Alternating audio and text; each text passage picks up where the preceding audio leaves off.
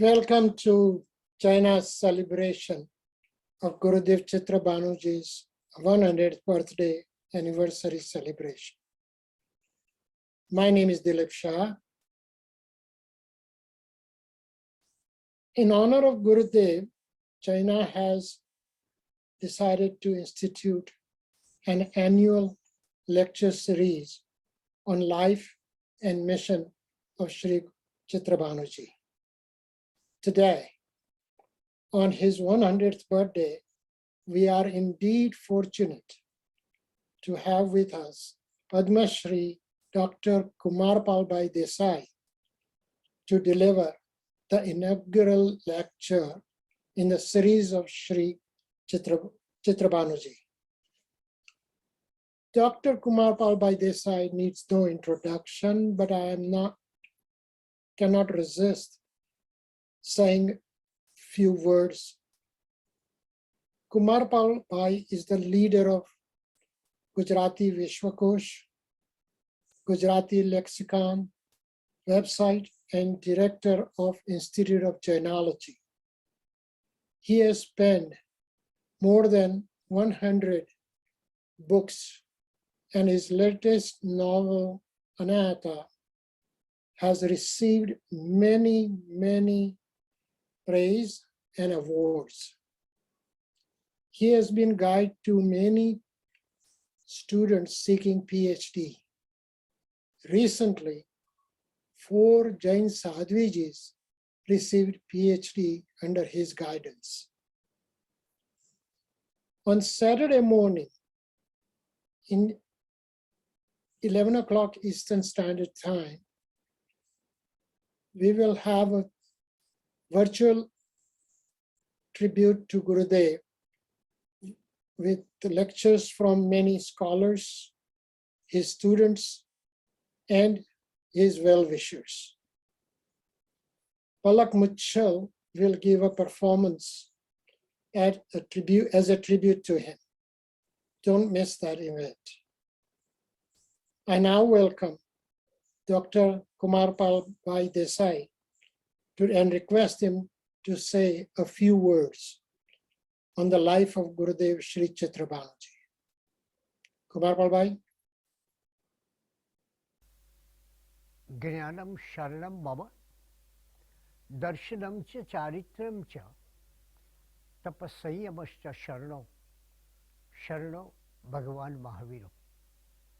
ऐसे तीर्थंकर परमात्मा भगवान महावीर के संदेशवाहक के रूप में सदैव अपना परिचय देने वाले पूज्य गुरुदेव श्री चित्रभानु जी की 100वीं जन्म शती के इस मंगल अवसर पर भगवान महावीर के इस वैश्विक दूत को वंदन करके मैं अपनी बात का प्रारंभ कर रहा हूँ।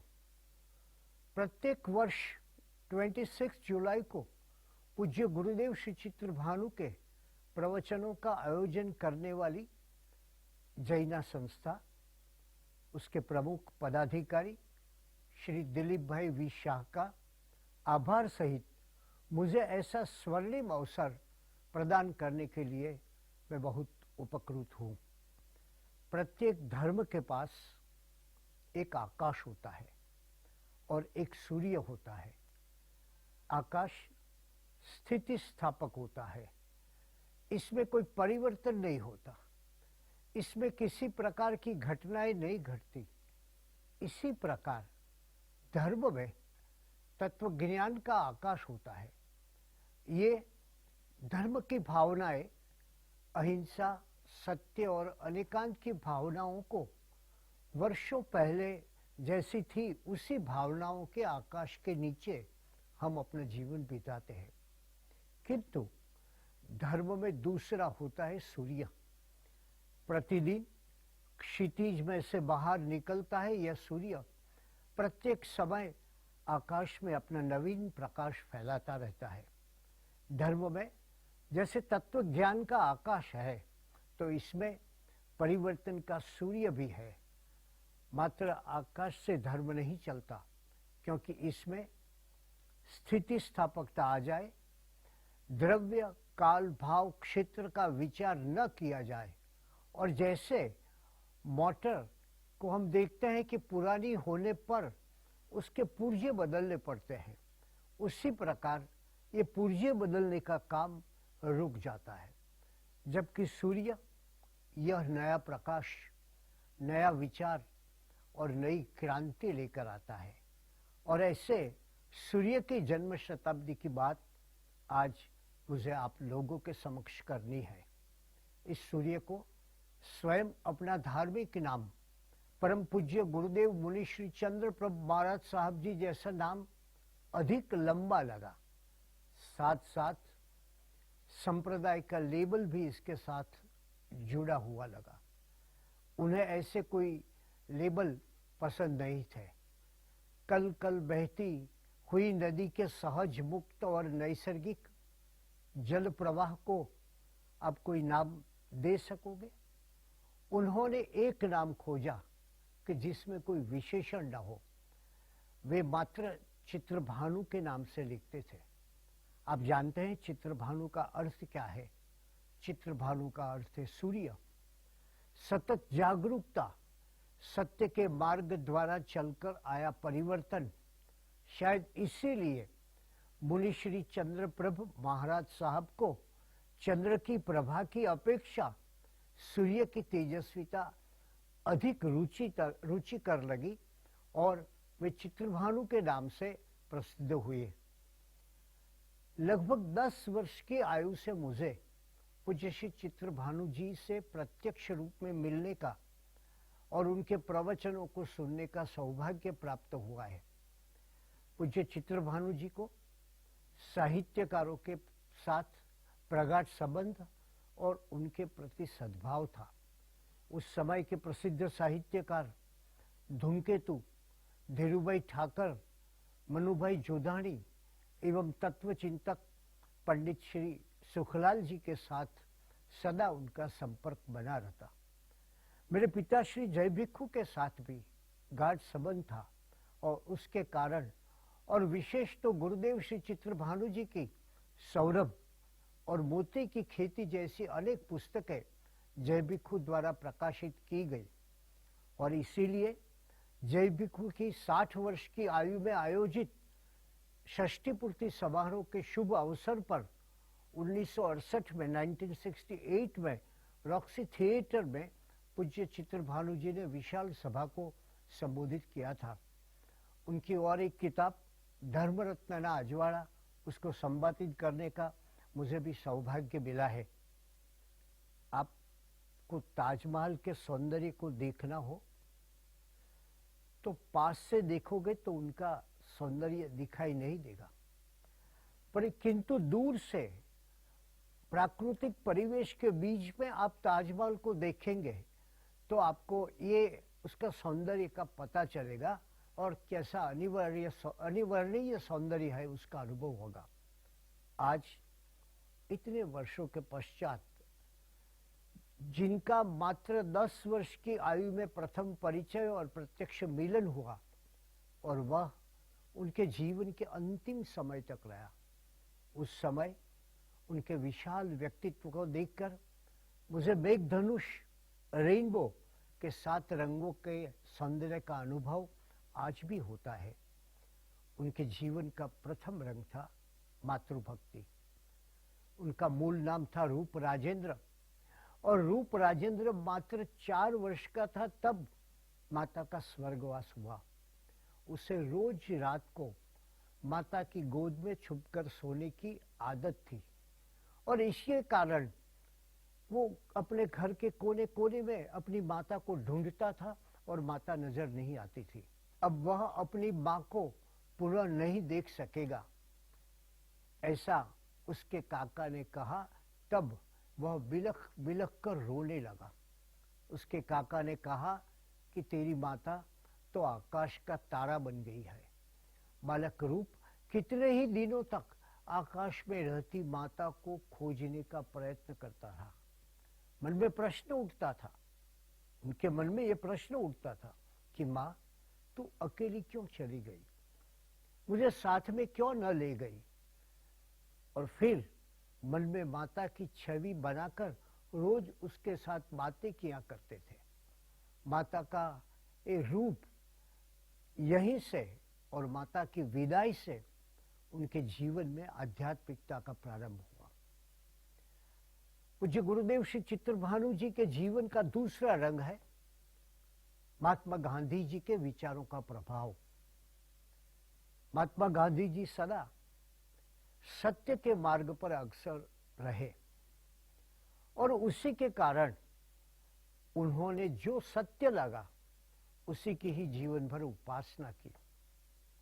एक युवक के रूप में रमण महर्षि, योगी अरविंद जैसी विभूतियों से चित्र भानु जी का संपर्क हुआ था। 19 वर्ष की आयु में सुभाष चंद्र बोस के साथ फॉरवर्ड ब्लॉक के युवा सदस्य के रूप में उन्होंने कार्य किया। वे उनके साथ 21 दिन तक साथ रहे थे और विशेष रूप से पूज्य गुरुदेव चित्र भानु जी को कन्नड़ भाषा का भी ज्ञान था। इसी के कारण सुभाष चंद्र बोस के लेखों का अनुवाद का उन्हें अवसर मिला। युवान चित्र भानु पर सबसे विशेष प्रभाव महात्मा गांधी जी को मिला। गांधी जी की अहिंसा, सादगी और सत्य ने उनके जीवन को संवारने में बहुत बड़ा योगदान दिया है। उन्होंने गांधी को अपने हाथ से टॉयलेट साफ करते हुए देखा था और हरिजन भाइयों को बड़े स्नेह से अपने साथ रखते हुए देखा था। गांधी की 3 बातों का, उनके जीवन को देखें तो आपको पता चलेगा, गांधी की 3 बातों का उनके जीवन पर बहुत गहरा प्रभाव पड़ा। एक तो कितनी ही बड़ी मुश्किलें क्यों ना आए, कभी सत्य का आग्रह छोड़ना नहीं। दूसरी बात कि अहिंसा का अपने जीवन में पूर्ण रूप से पालन करना। और तीसरी बात, जीवन में सदा सादगी से रहना। मुझे एक प्रसंग का स्मरण होता है। एक बार सिंगापुर में उनके संघ के अग्रगण्य श्री नगीन भाई दोषी के घर मेरा, चित्रभानु जी और प्रमोदा बहन का ठहरने का प्रबंध था।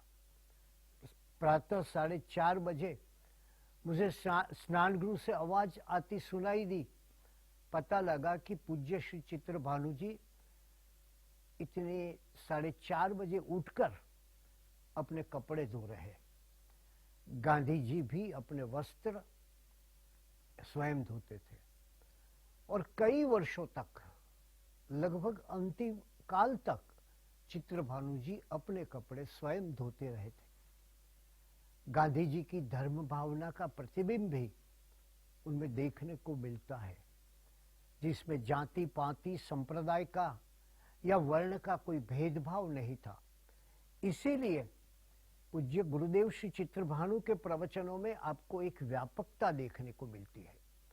गांधी जी की तरह वे भी अपने छात्रों को स्वयं पत्र लिखते थे और इस दृष्टि से विचार करें तो अहिंसा पालन का विचार उन्होंने अपने जीवन में, अपने व्यवहार में पूर्ण रूप से रखने का प्रयत्न किया। मातृ प्रेम और महात्मा गांधी की भावना आत्मसात करने के पश्चात ममता की और प्राणियों के प्रति जीव दया की अलख जगाई। वे गुजरात से मुंबई विहार करने के लिए जा रहे थे, तब उस समय मुंबई में बांद्रा में अनेक कत्ल खाने देखकर उनका हृदय द्रवित हो उठा और देखा कि एक निर्दोष निरीह प्राणियों के साथ कैसी क्रूरता। अपने पिताजी के जीवन में उन्होंने प्रत्यक्ष देखा था कि उन्हें किसी बीमार या दुखी गधे को देखकर भी अपार दुख होता था और उसे बचाने के लिए अपना भोजन भी दे देते थे। मुंबई आगमन पर चित्र भानु के प्रवचनों से श्रोताओं पर गहरा प्रभाव पड़ा। उनका अपनी मातृभाषा मारवाड़ी के उपरांत कन्नड़, तेलुगु, गुजराती, हिंदी, मराठी, पंजाबी, संस्कृत, प्राकृत तथा अंग्रेजी सभी भाषाओं पर प्रभुत्व था। इसी कारण वे जनसमूह के साथ सरलता से एकात्मता साधने में समर्थ थे। सीधे हृदय को स्पर्श कर आत्मा को लक्ष्य करते तथा मानव मूल्यों के प्रेरक उनके प्रवचनों ने उस समय उद्योगपतियों, व्यापारियों, युवकों, राजनयिकों जैसे भिन्न भिन्न धर्म के तमाम लोगों में आकर्षण जगाया। उन्होंने प्राणियों की चीख सुनी थी और वो चीखें सुनी होने के कारण ही उनके हृदय में हमेशा प्राणियों की सुरक्षा का भाव मुख्य रहता था। कत्ल खाना की प्रथम मुलाकात ने उन्हें समझ में आया कि इन प्राणियों को कितनी वेदना से गुजरना पड़ता है। बछड़े, सुअर के बच्चे, मुर्गी, बकरियों को कैसी पीड़ा होती होगी और उन्हें उनकी माताओं से कितनी क्रूरता से छीन लिया जाता है। वो देखते थे कि एक तरफ गौरक्षा की बात होती है और दूसरी तरफ एक प्राणी हत्या होती है। प्राणी हत्या के विरोध में उन्होंने उस समय प्रचंड आंदोलन चलाया। महावीर जयंती के अवसर पर प्राणी हत्या न हो, इसके लिए अथाक प्रयत्न किया। सन 1964 की 6 अप्रैल को इस इतिहास का सर्जन हुआ और इसके पश्चात भारत में महावीर जयंती के अवसर पर प्राणी हत्या पर रोक लगी। कत्ल खाने उसी समय बंद करने का और उस दिन बंद करने का आदेश हुआ। कई नगर निगमों ने, कॉरपोरेशनों ने इस आदेश का पालन किया और इस प्रकार उनके प्राणी प्रेम का उदय हुआ। आप देखिए कैसे उनके व्यक्तित्व में परिवर्तन आता है और ऐसे ही उनके प्राणी प्रेम का इस तरह उदय हुआ कि आप जानते हैं 2012 2 अक्टूबर को कैलिफोर्निया की क्लेमेंट लिंकन यूनिवर्सिटी में गांधी जयंती समारोह अहिंसा दिवस के रूप में मनाया गया और इसका प्रथम अहिंसा अवार्ड चित्र भानु जी और आदरणीय प्रबोधा बहन को प्रदान किया गया। उनकी ये अहिंसा यात्रा अविरत चलती रही। अहिंसा, शाकाहार, विचारों की सापेक्षता और जीवन के प्रति आदर की भावना का प्रचार करते हुए उन्होंने 99 के दशक में लास वेगास में एक कार्यक्रम में उपस्थित थे और वहीं से विगनिज्म का प्रारंभ हुआ। इस विगनिज्म में उन्होंने जीवन जीने की कला देखी।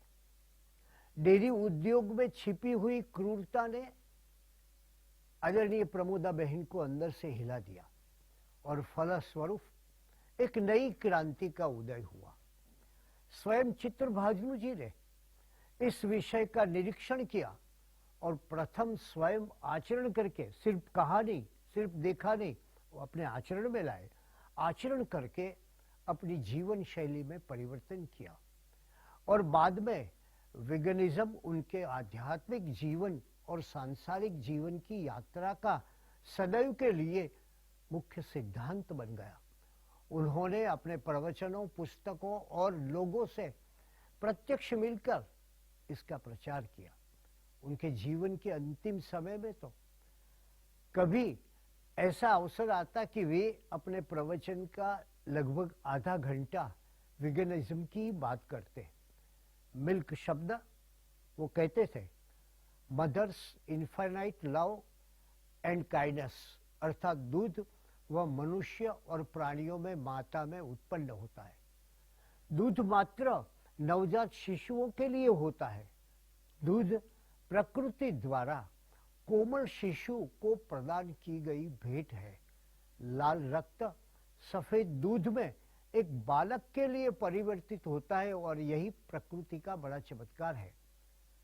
डेयरी उत्पादनों का उपयोग प्राणियों पर की गई हिंसा को प्रोत्साहित करता है।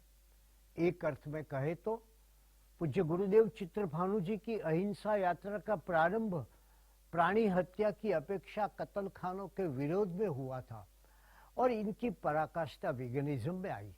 इसमें उन्हें आदरणीय प्रमोदा बहन का उत्तम साथ मिला और विगनिज्म के साथ उन्होंने आध्यात्मिकता का भी सम्मिश्रण किया। उनके जीवन के रेनबो का, मेघधनुष का चौथा रंग है मुक्त जीवन। उनके समग्र जीवन के आप अवलोकन करेंगे तो आपको पता चलेगा कि उन्होंने जीवन में सदैव धर्म की खोज और मुक्ति का मर्म प्राप्त करने का पुरुषार्थ किया है।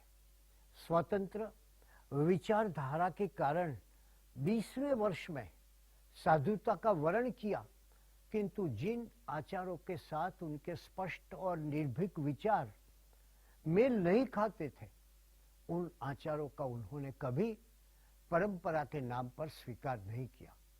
वे बौद्धिकता और विचारशीलता को साथ रखकर परंपरा के कदमों पर चलने में मानते थे और इसीलिए 20वें वर्ष में दीक्षा ग्रहण करने के बाद उन्होंने स्नान करने के बजाय स्पंज करने का तरीका ठीक नहीं लगा और उन्होंने उसका विरोध भी किया। स्त्री का स्पर्श वर्जित माना जाता है, फिर भी उन्होंने एक बार कई स्त्रियों को आग में बचाने के लिए उनका स्पर्श किया था।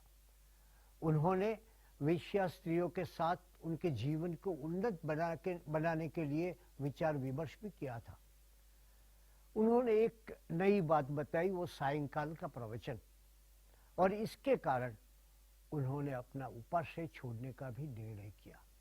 इस प्रकार वे मुक्त और खुले हुए मिजाज के साधु के रूप में अपने समय में प्रसिद्ध हुए और इसी के कारण इनका सबसे बड़ा लाभ, सबसे अधिक लाभ समाज को यह मिला कि वे विदेशों में जहां जहां गए वह न उन्होंने किसी गच्छ की बात की, वह न उन्होंने किसी संप्रदाय का समर्थन किया, धर्म की रूढ़ विचारों का आग्रह नहीं रखा, परंतु जैन समाज के हर किसी के हृदय को स्पर्श कर सके ऐसे व्यापक विचार, जीवन लक्ष्य प्रवचन और उदात्त भावना युक्त प्रवचन और पुस्तकें प्रदान की।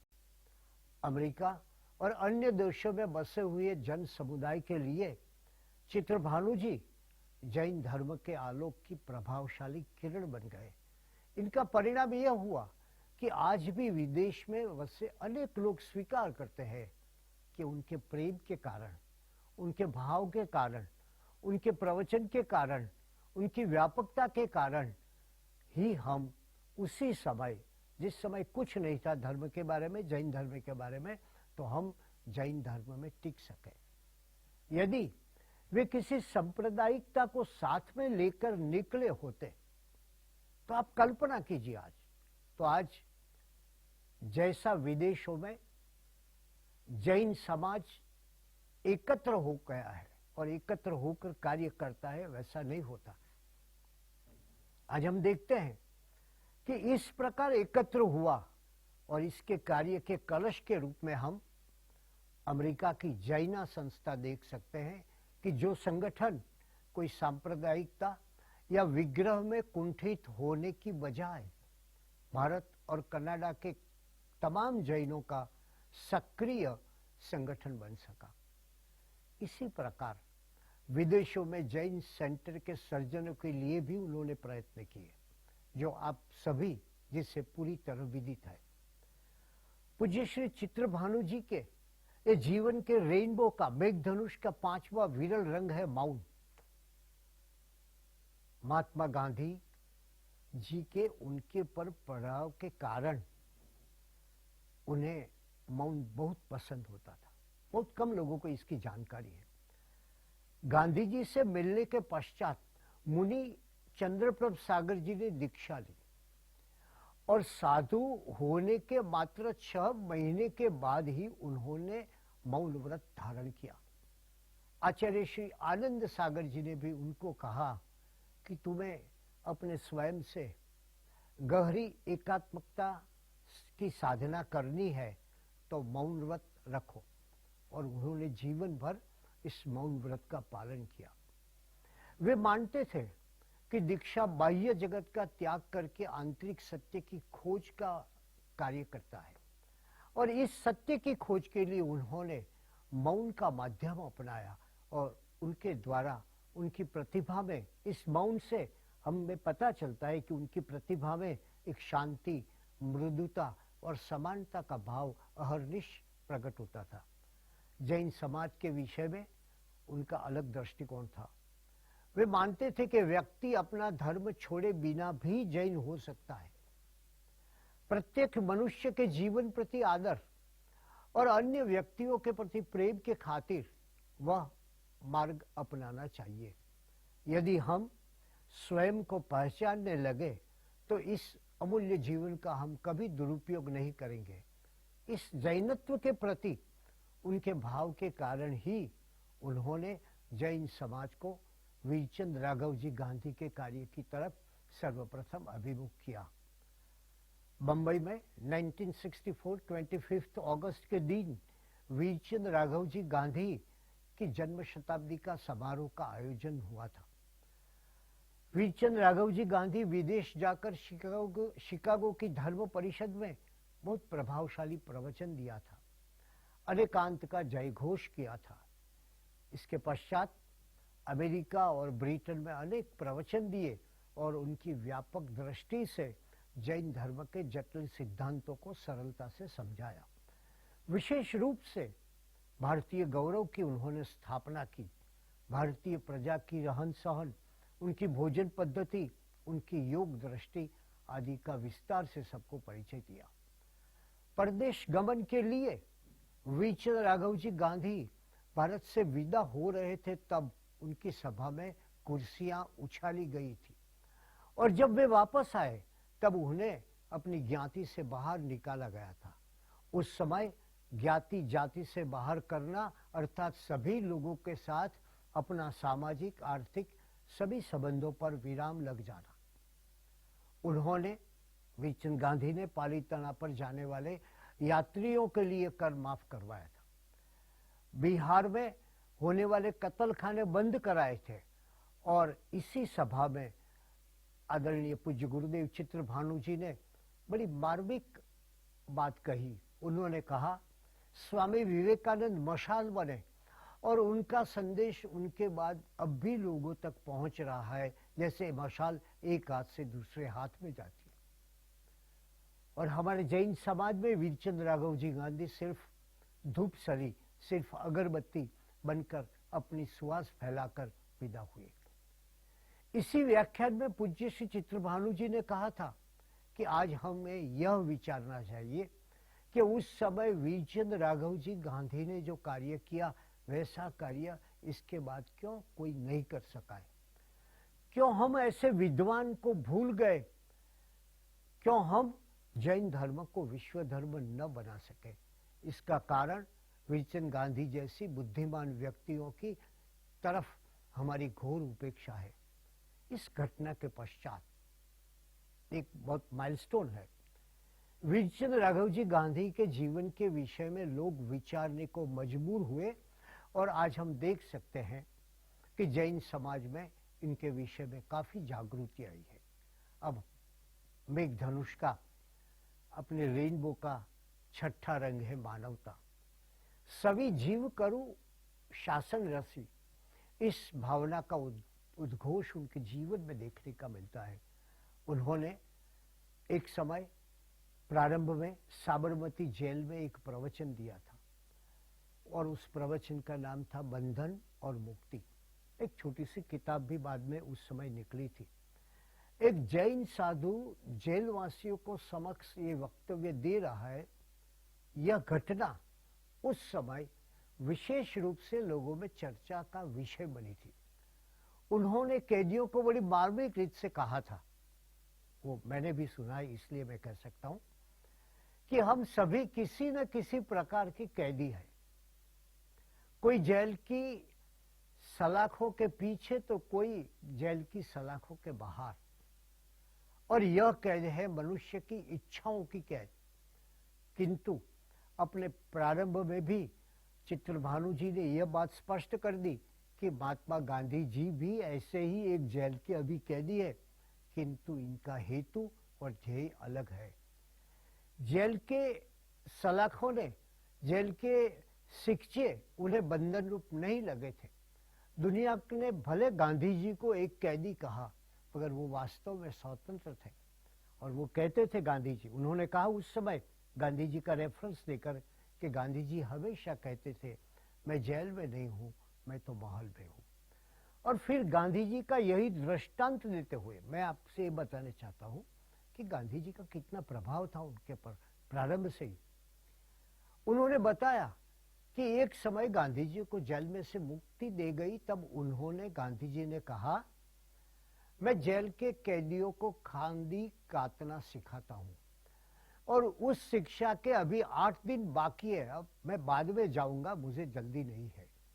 और इसी के कारण अब देखिए गांधी जी का जो दृष्टांत है वो हमें बताता है कि उन्होंने किस प्रकार महात्मा गांधी जी की बात अपने जीवन में स्पष्ट की है।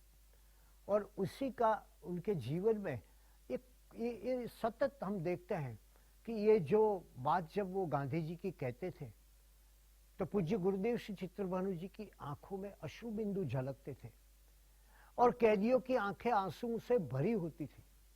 इस मानवता का प्रारंभ, मैं आपसे ये बताना चाहता हूं कि इस मानवता का प्रारंभ उस समय साबरमती जेल से शुरू हुआ और इसी मानवता ने बिहार के दुष्काल में मदद की। जैन समाज के एक महान संशोधक पूज्य जम्बू विजय जी महाराज, उनको जीवदया के बारे में पूज्य चित्रभानु जी ने इतनी सहाय की कि जब जब वो जम्बू विजय जी महाराज से आप मिलते तो वो कहते कि भाई हमें पूज्य गुरुदेव चित्रभानु से इतनी सहाय प्राप्त हुई है। और इसीलिए यही मानवता जो साबरमती जेल से प्रारंभ हुई और उन्होंने 1980 में केन्या के प्रेसिडेंट डेनियल आराप मोई को नायरोबी वीसा ओसवाल की ओर से 10 लाख शिलिंग का चेक भेंट स्वरूप प्रदान किया था। और इसी मानवता के कारण आप देखिए यह कितनी व्यापक मानवता है। हम आज उनके व्यक्तित्व को देख रहे हैं। तो ये व्यापक मानवता के कारण उन्होंने अमेरिका में एक नया प्रयोग किया। देरासरों में हिंदू और जैन मंदिर एक साथ हो, ऐसी नवीन प्रथा का प्रारंभ किया। आप यदि महात्मा गांधी जी की व्यापक धर्म भावना देखें तो उनका भी यही कहना है कि सभी धर्मों में से अच्छी अच्छी भावनाओं को एकत्रित कीजिए और अपने जीवन में अपनाइए। तो विशेषकर जहां जैन लोगों की संख्या कम थी, वहां ऐसे मंदिरों का निर्माण करने का उन्होंने सुझाव दिया। और वह क्या कहते थे, इसको क्या कहते थे? वो कहते थे कि ये ईश्वरों की पार्लियामेंट बना रहा हूं। लोगों के विरोध के बावजूद उन्होंने ऐसे कई मंदिरों का उद्घाटन किया। श्वेतांबर और दिगंबर मूर्तियों के मध्य में नवकार मंत्र का पठन हो, ऐसे भी मंदिरों की रचना पर भार दिया। इस पर कुछ असंतोष पैदा हुआ। इनके जीवन के प्रारंभ से ही विवाद से उनका जीवन गहरा हुआ था, किंतु वो विवाद के कारण अपनी बात को छोड़ नहीं देते थे, उस पर अटल रहते थे। एक बहुत बड़ी बात है कि जो हम मानते हैं उसके पर हम अटल रहे। विवाद होगा, विरोध होगा, परेशानी आएगी, लोग आपके बारे में अनाप शनाप भी बोलेंगे, मगर ये सब होने के बावजूद भी मैं जो मानता हूं उससे चलित नहीं होऊंगा। तो ऐसे असंतोष कुछ पैदा हुआ, मगर आप देखिए इनके मूल में उनकी क्या भावना थी। उनके मूल में ये भावना एकता बनाकर मानवता का सर्जन करना, मानवता का महिमा करना। उनके अनेक कार्यों का इस समय मुझे स्मरण होता है। उन्होंने जैन मेडिटेशन इंटरनेशनल सेंटर द्वारा जैन योग की बात की, और हमारी जो योग की विरासत थी, जो हम भूल गए थे, वो भारतीय और विदेशियों को उससे अभिमुख किया। वे कहते हैं कि आंतरिक शांति और सुख की चाबी हमें ये होनी चाहिए। और उनके जीवन में पहले से मैंने देखा है, हर रात को वो अपना आत्मविश्लेषण करते थे और कहते थे कि तकिया में सिर रखने से पहले अपने आध्यात्मिक बैंक बैलेंस का हिसाब करना चाहिए। और आप इस बात के संदर्भ में उनके जीवन कार्यों का विचार करें तो देखेंगे कि इसमें कितना व्याप मिलता है। मैत्री भाव का पवित्र झरना गीत के सर्जक अपने जीवन भर मैत्री भाव का संदेश देते रहे।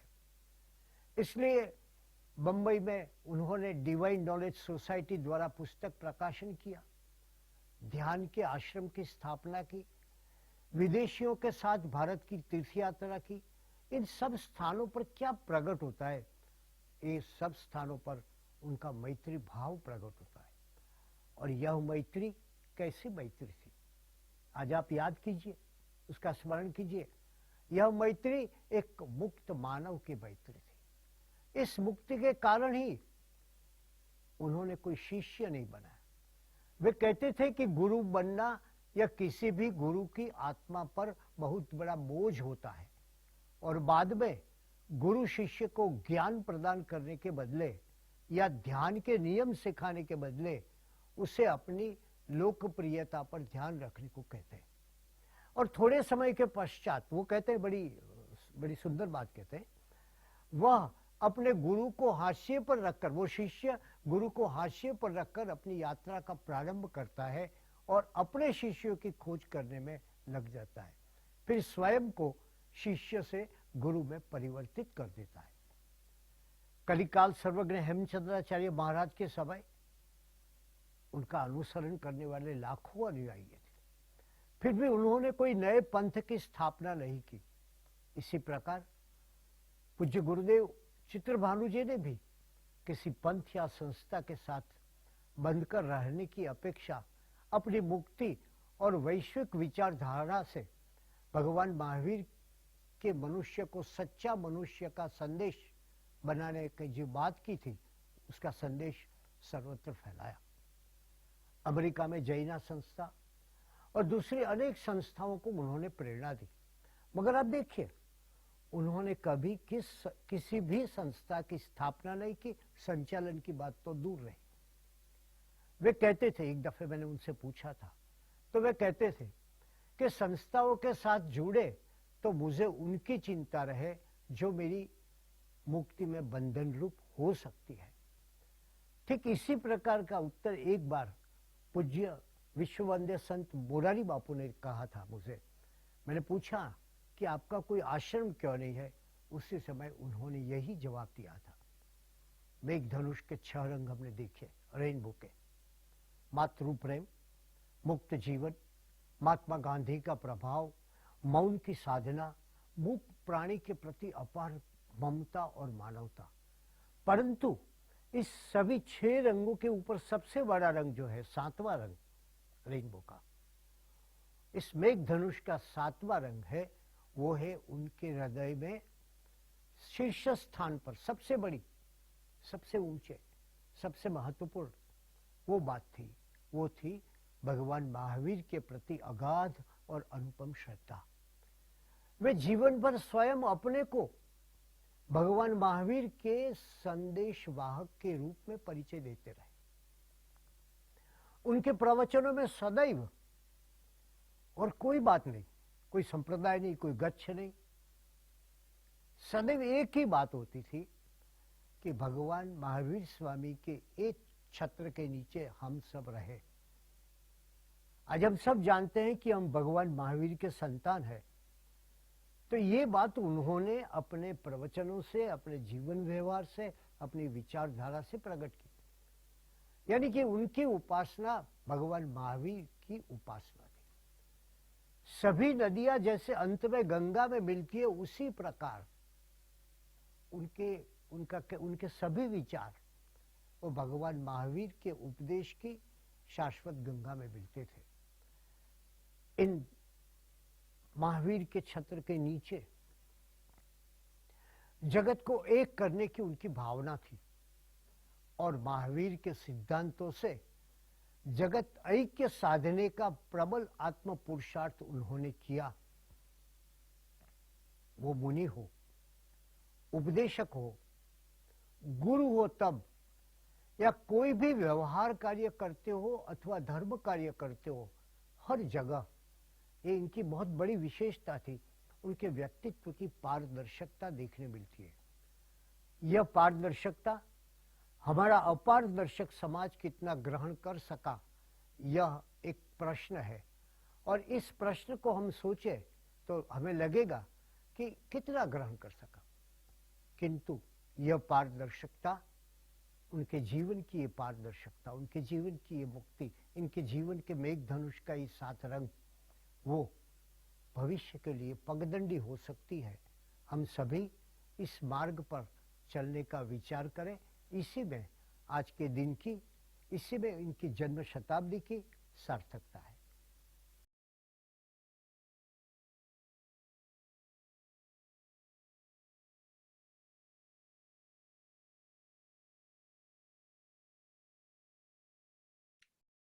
Thank you, Kumayapal Bhai. Very succinctly, you have provided a full life history of Chitrabhanuji. Thank you on behalf of Jaina. And once again, I remind everyone that on Saturday morning, 11 o'clock Eastern Standard Time, there will be a tribute to Chitrabhanuji virtual program. Don't miss it. China has sent out notification to the timing, etc. Thank you. Good night.